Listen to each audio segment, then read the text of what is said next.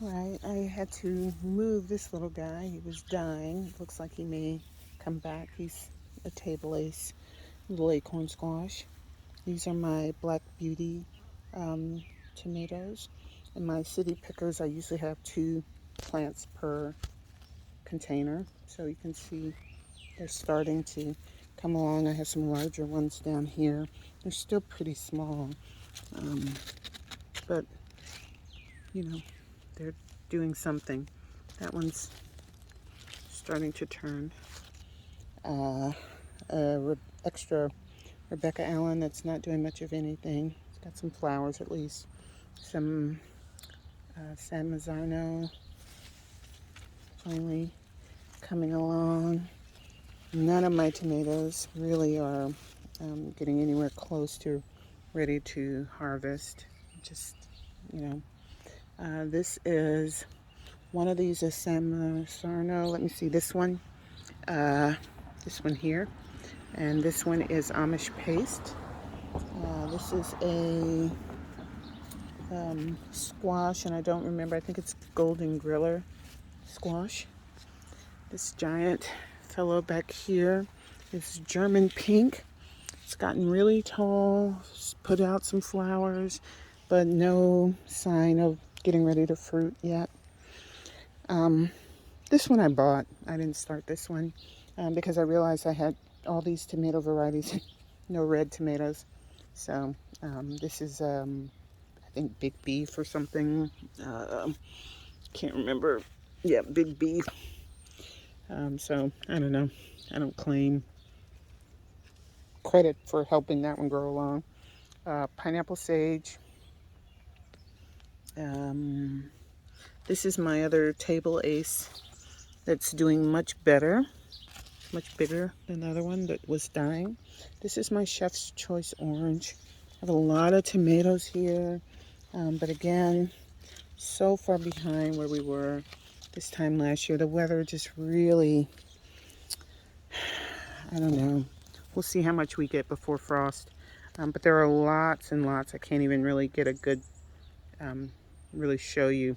There are tons of baby tomatoes on this guy. Um, really loaded, but so small and so far behind last year. These are Paul Robeson. Lots of tomato flowers. And finally, this week, we started seeing a few little baby tomatoes. Oh, look, one has been hiding in here. I didn't even see that one until today, so I need to bag these and make sure the critters don't get them before I do. So yay. I keep sage along this back side, a few pots all the way along. There's another one down there. Because when I get deer, they come down this way. And usually if there's peppers or sage along the back, they don't figure out that they can just walk around and come and get the plants from the other side, and so they don't tend to bother them. As you can see over here even more, this is that Chef's Choice Orange, by far the most productive so far. Um, this little guy, I think, is an extra Black Beauty that I tried to give away and nobody wanted. Yep, got flowers but no fruit. This is Mr. Stripey.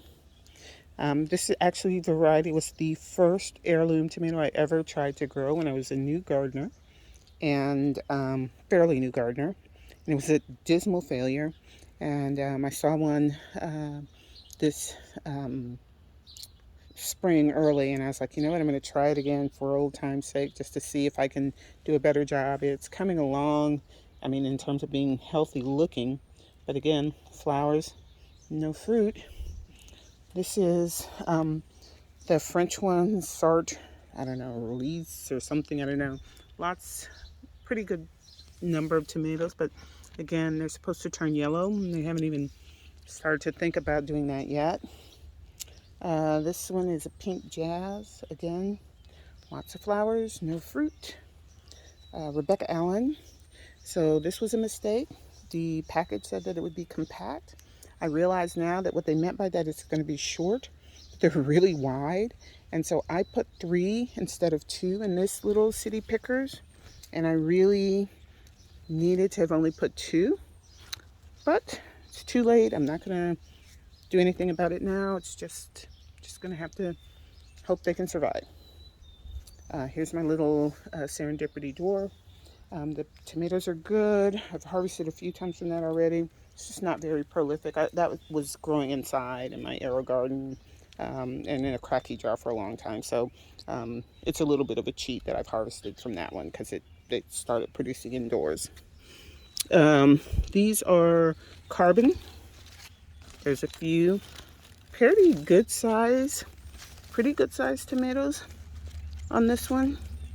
But again, not a lot. And again, way behind where I would have expected them to be. These are 2 pineapple. I've never grown these before. Lots of flowers, and I thought yesterday I saw my first little baby tomatoes coming along, but I don't see it now. I think there's like just maybe one somewhere.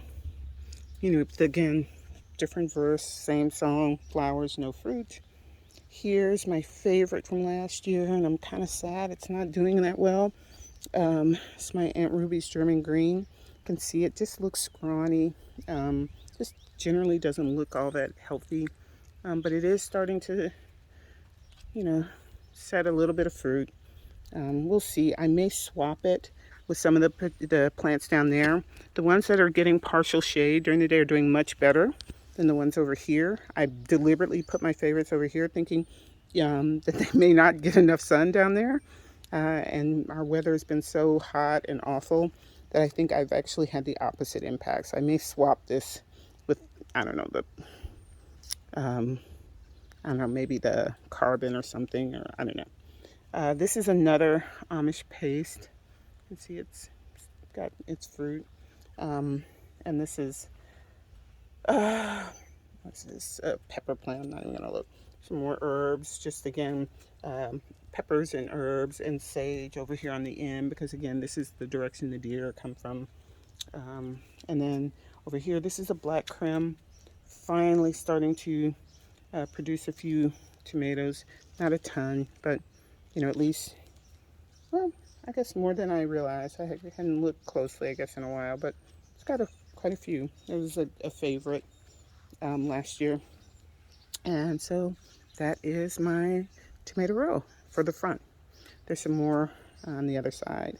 And Amber says hi and thank you for watching.